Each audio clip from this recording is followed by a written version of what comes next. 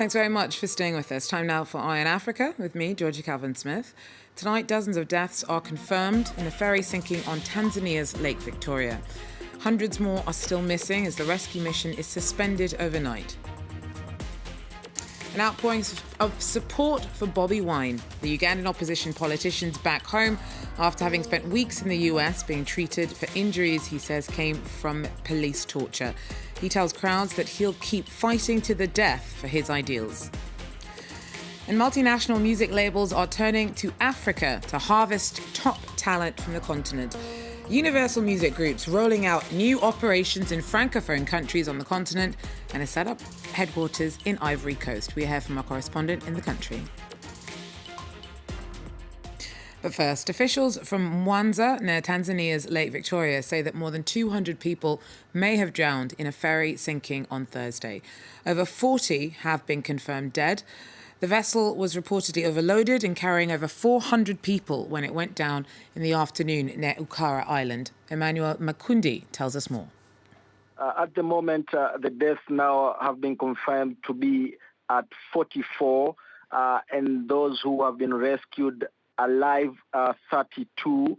And according to the regional commissioner of Mwanza, the search exercise has been stopped because of the night and the risk at the lake, but currently the exercise has been stopped and people have been asked to come and probably identify those bodies which were rescued over the evening, but those who are alive have been taken to the hospital, and of course some of them, their health is very critical. What can you tell us? What do we know about what led up to the sinking of the ferry? Well, I've managed to talk to one of the witnesses. Of course, he was not on board of the ferry, but he was just the other side of the shore. He saw what happened. According to him, he said as the ferry was approaching to the shore, many people tried to reach at the edge of the gate, and that led the car which was on board the ferry to tickle and made the weight to go on one side of the ferry and then caused the accident to go up and down. And then that's where exactly some people who were very near fishing tried to help some of the people who managed to get out of the gate from the ferry. Emmanuel Makundi there reporting from Tanzania. Now, Uganda's pop star politician Bobi Wine arrived back home from the US on Thursday. He'd left the country earlier this month to seek medical treatment for injuries he says were inflicted upon him by police whilst he was detained last month. The singer, whose real name is Robert Kyagulanyi, faces treason charges. He is an outspoken critic of President Yoweri Museveni and upon his return vowed to keep fighting for more freedoms in Uganda or die trying. Nicholas Rimmel has more. Lawmaker Bobi Wine used to be a pop star and he was welcomed like one. He was back in Uganda after receiving medical treatment in the US. Wine says he was beaten and tortured by Ugandan security forces last month. He faces treason charges after President Museveni's motorcade was stoned in August. The 36-year-old member of parliament said the police took his passport this Thursday, but he was in a defiant mood. The government is determined to keep us slaves in our own country. I cannot ask for asylum anywhere else. I cannot be a refugee, no. I am Ugandan and I will stay in Uganda and I will fight for my freedom and I will get that freedom.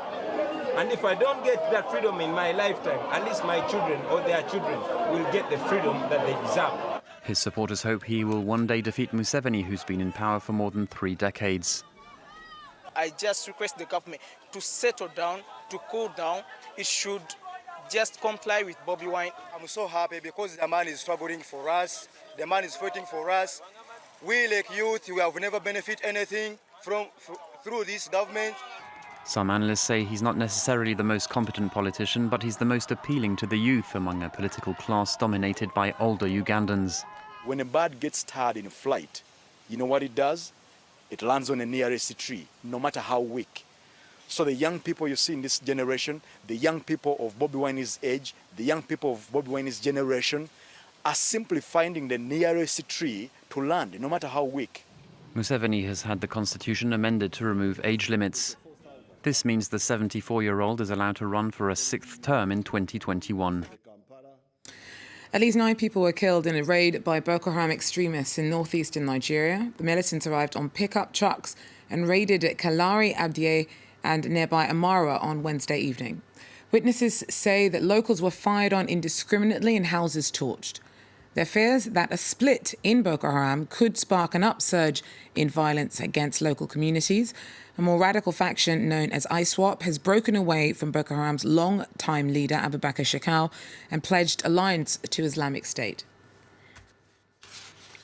Now, a new law in Morocco aimed at tackling violence against women has been passed.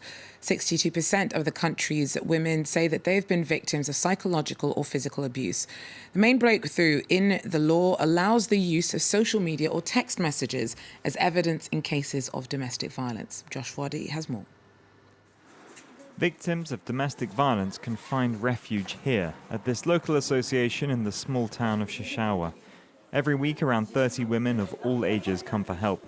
Around 90 legal cases involving them are ongoing, from divorce to underage marriage or expulsion from the family home. Most are afraid to talk about their experiences.